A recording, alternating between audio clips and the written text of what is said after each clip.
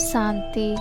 मेरे प्यारे भाई बहन, आप सभी को मोटिवेशनल थॉट्स बाय दीप्ति में बहुत बहुत स्वागत है।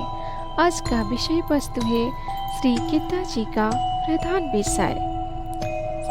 आइए चलते हैं। श्री गीता जी में भगवान ने अपनी प्राप्ति के लिए मुख्य दो मार्ग बतलाए हैं, एक सांख्य योग, दूसरा कर्म योग। उनमें नंबर 1, संपूर्ण पदार्थ मृग तृष्णा के जल की भांति अथवा स्वप्न की सृष्टि को सदृश माया मोह होने से माया के कार्य रूप संपूर्ण गुण ही गुणों में बरतते हैं।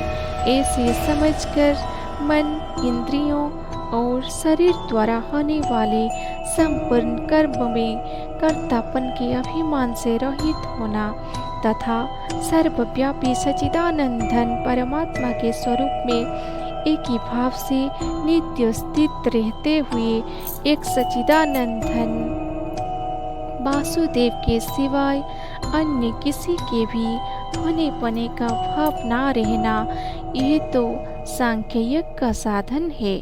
तथा नंबर 2, सब कुछ भगवान का समझकर सिद्धि असिद्धि में समत्व भाव रखते हुए आसक्ति और फल की इच्छा का त्याग कर भगवता ज्ञानुसार केवल भगवान के ही लिए सब कर्मों का आचरण करना तथा श्रद्धा भक्ति पूर्वक मन, वाणी और शरीर से सब प्रकार भगवान के शरण होकर नाम, गुण और प्रभाव सहित उनके स्वरूप का निरंतर चिंतन करना, ये कर्म योग का साधन है।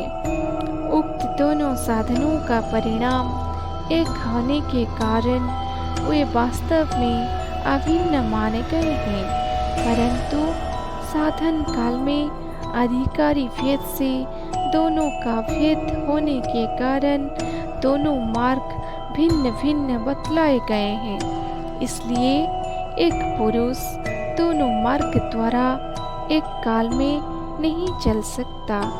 जैसे श्री गंगा जी पर जाने के लिए 2 मार्ग होते हुए भी एक मनुष्य दोनों मार्ग द्वारा एक काल में नहीं जा सकता।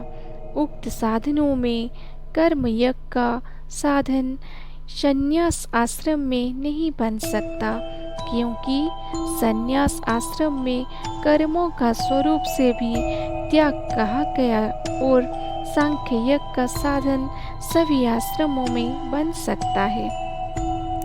यदि कहो कि सांख्य योग को भगवान ने संन्यास के नाम से कहा है, इसलिए इसका संन्यास आश्रम में ही अधिकार है, गृहस्थ में नहीं, तो ये कहना ठीक नहीं है, क्योंकि दूसरे अध्याय में श्लोक 11 से 30 तक जो सांख्य निष्ठा का उपदेश किया गया है, उसके अनुसार भी भगवान ने जगह जगह अर्जुन को युद्ध करने की योग्यता दिखाई है।